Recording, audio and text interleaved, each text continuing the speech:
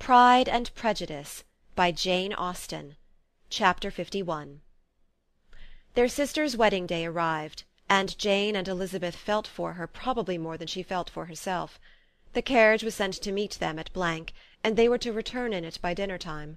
Their arrival was dreaded by the elder Miss Bennets, and Jane more especially, who gave Lydia the feelings which would have attended herself had she been the culprit, and was wretched in the thought of what her sister must endure. They came. The family were assembled in the breakfast-room to receive them. Smiles decked the face of Mrs. Bennet as the carriage drove up to the door. Her husband looked impenetrably grave, her daughters alarmed, anxious, uneasy. Lydia's voice was heard in the vestibule, the door was thrown open, and she ran into the room.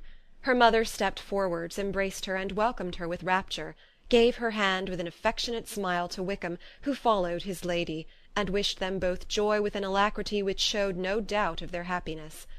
Their reception from Mr. Bennet, to whom they then turned, was not quite so cordial. His countenance rather gained in austerity, and he scarcely opened his lips.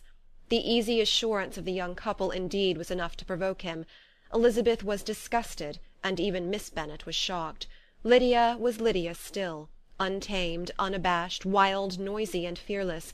She turned from sister to sister, demanding their congratulations, and when at length they all sat down, looked eagerly round the room, took notice of some little alteration in it, and observed with a laugh that it was a great while since she had been there. Wickham was not at all more distressed than herself, but his manners were always so pleasing that had his character and his marriage been exactly what they ought, his smiles and his easy address, while he claimed their relationship, would have delighted them all. Elizabeth had not before believed him quite equal to such assurance, but she sat down, resolving within herself to draw no limits in future to the impudence of an impudent man. She blushed, and Jane blushed, but the cheeks of the two who caused their confusion suffered no variation of colour. There was no want of discourse. The bride and her mother could neither of them talk fast enough, and Wickham, who happened to sit near Elizabeth, began inquiring after his acquaintance in that neighbourhood, with a good-humoured ease which she felt very unable to equal in her replies. They seemed each of them to have the happiest memories in the world. Nothing of the past was recollected with pain, and led Lydia involuntarily to subjects which her sisters would not have alluded to for the world. "Only think of its being 3 months," she cried, "since I went away! It seems but a fortnight, I declare, and yet there have been things enough happened in the time. Good gracious, when I went away I am sure I had no more idea of being married till I came back again, though I thought it would be very good fun if I was." Her father lifted up his eyes. Jane was distressed.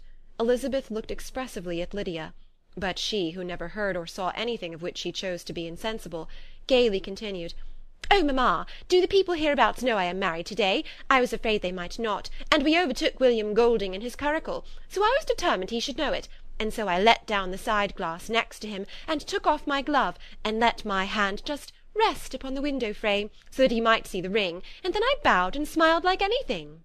Elizabeth could bear it no longer. She got up and ran out of the room, and returned no more, till she heard them passing through the hall to the dining-parlour. She then joined them soon enough to see Lydia, with anxious parade, walk up to her mother's right hand, and hear her say to her eldest sister, "Ah, Jane, I take your place now, and you must go lower, because I am a married woman." It was not to be supposed that time would give Lydia that embarrassment from which she had been so wholly free at first. Her ease and good spirits increased. She longed to see Mrs. Phillips, the Lucases, and all their other neighbours, and to hear herself called Mrs. Wickham by each of them, and in the meantime she went after dinner to show her ring, and boast of being married, to Mrs. Hill and the 2 housemaids. "Well, mamma," said she, when they were all returned to the breakfast-room, "and what do you think of my husband? Is he not a charming man? I am sure my sisters must all envy me. I only hope they may have half my good luck. They must all go to Brighton. That is the place to get husbands. What a pity it is, mamma, we did not all go." "Very true, and if I had my will we should. But, my dear Lydia, I don't at all like your going such a way off. Must it be so?" "Oh, Lord, yes, there is nothing in that. I shall like it of all things. You and papa and my sisters must come down and see us. We shall be at Newcastle all the winter, and I dare say there will be some balls, and I will take good care to get partners for them all." "I should like it beyond anything," said her mother. "And then, when you go away, you may leave 1 or 2 of my sisters behind you, and I dare say I shall get husbands for them before the winter is over."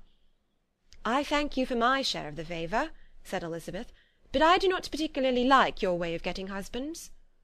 Their visitors were not to remain above 10 days with them. Mr. Wickham had received his commission before he left London, and he was to join his regiment at the end of a fortnight. No one but Mrs. Bennet regretted that their stay would be so short, and she made the most of the time by visiting about with her daughter and having very frequent parties at home. These parties were acceptable to all; to avoid a family circle was even more desirable to such as did think than such as did not. Wickham's affection for Lydia was just what Elizabeth had expected to find it, not equal to Lydia's for him. She had scarcely needed her present observation to be satisfied, from the reason of things, that their elopement had been brought on by the strength of her love rather than by his; and she would have wondered why, without violently caring for her, he chose to elope with her at all, had she not felt certain that his flight was rendered necessary by distress of circumstances, and if that were the case, he was not the young man to resist an opportunity of having a companion. Lydia was exceedingly fond of him. He was her dear Wickham on every occasion; no one was to be put in competition with him. He did everything best in the world, and she was sure he would kill more birds on the 1st of September than anybody else in the country. One morning, soon after their arrival, as she was sitting with her 2 elder sisters, she said to Elizabeth, "Lizzie, I never gave you an account of my wedding, I believe. You were not by when I told mamma and the others all about it. Are not you curious to hear how it was managed?" "Not really," replied Elizabeth. "I think there cannot be too little said on the subject." "La, you are so strange! But I must tell you how it went off. We were married, you know, at St. Clement's, because Wickham's lodgings were in that parish, and it was settled that we should all be there by 11 o'clock. My uncle and aunt and I were to go together, and the others were to meet us at the church. Well, Monday morning came, and I was in such a fuss. I was so afraid, you know, that something would happen to put it off, and then I should have gone quite distracted. And there was my aunt, all the time I was dressing, preaching and talking away just as if she was reading a sermon. However, I did not hear above 1 word in 10, for I was thinking, you may suppose, of my dear Wickham. I longed to know whether he would be married in his blue coat. Well, and so we breakfasted at 10 as usual. I thought it would never be over, for by the by you are to understand that my uncle and aunt were horrid unpleasant all the time I was with them. If you'll believe me, I did not once put my foot out of doors, though I was there a fortnight, not one party or scheme or anything. To be sure, London was rather thin, but however the little theatre was open. Well, and so just as the carriage came to the door, my uncle was called away upon business to that horrid man, Mr. Stone. And then, you know, when once they got together, there is no end of it. Well, I was so frightened I did not know what to do, for my uncle was to give me away, and if we were beyond the hour we could not be married all day. But luckily he came back again in 10 minutes' time, and then we all set out. However, I recollected afterwards that if he had been prevented going, the wedding need not be put off, for Mr. Darcy might have done as well." "Mr. Darcy?" repeated Elizabeth in utter amazement. "Oh, yes, he was to come there with Wickham, you know. Oh, but gracious me! I quite forgot. I ought not to have said a word about it. I promised them so faithfully. What will Wickham say? It was to be such a secret." "If it was to be a secret," said Jane, "say not another word on the subject. You may depend upon my seeking no further." "Oh, certainly," said Elizabeth, though burning with curiosity. "We will ask you no questions." "Thank you," said Lydia, "for if you did, I should certainly tell you all, and then Wickham would be angry." On such encouragement to ask, Elizabeth was forced to put it out of her power by running away. But to live in ignorance on such a point was impossible, or at least it was impossible not to try for information. Mr. Darcy had been at her sister's wedding. It was exactly a scene, and exactly among people where he had apparently least to do, and least temptation to go. Conjectures as to the meaning of it, rapid and wild, hurried into her brain, but she was satisfied with none. Those that best pleased her, as placing his conduct in the noblest light, seemed most improbable. She could not bear such suspense, and hastily seizing a sheet of paper, wrote a short letter to her aunt, to request an explanation of what Lydia had dropped, if it were compatible with the secrecy which had been intended. "You may readily comprehend," she added, "what my curiosity must be to know how a person unconnected with any of us, and comparatively speaking a stranger to our family, should have been amongst you at such a time.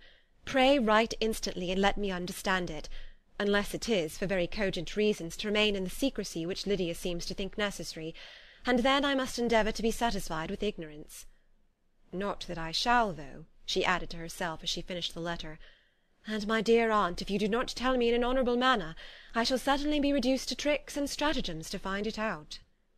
Jane's delicate sense of honour would not allow her to speak to Elizabeth privately of what Lydia had let fall.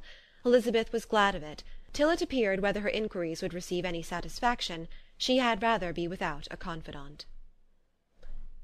Chapter 52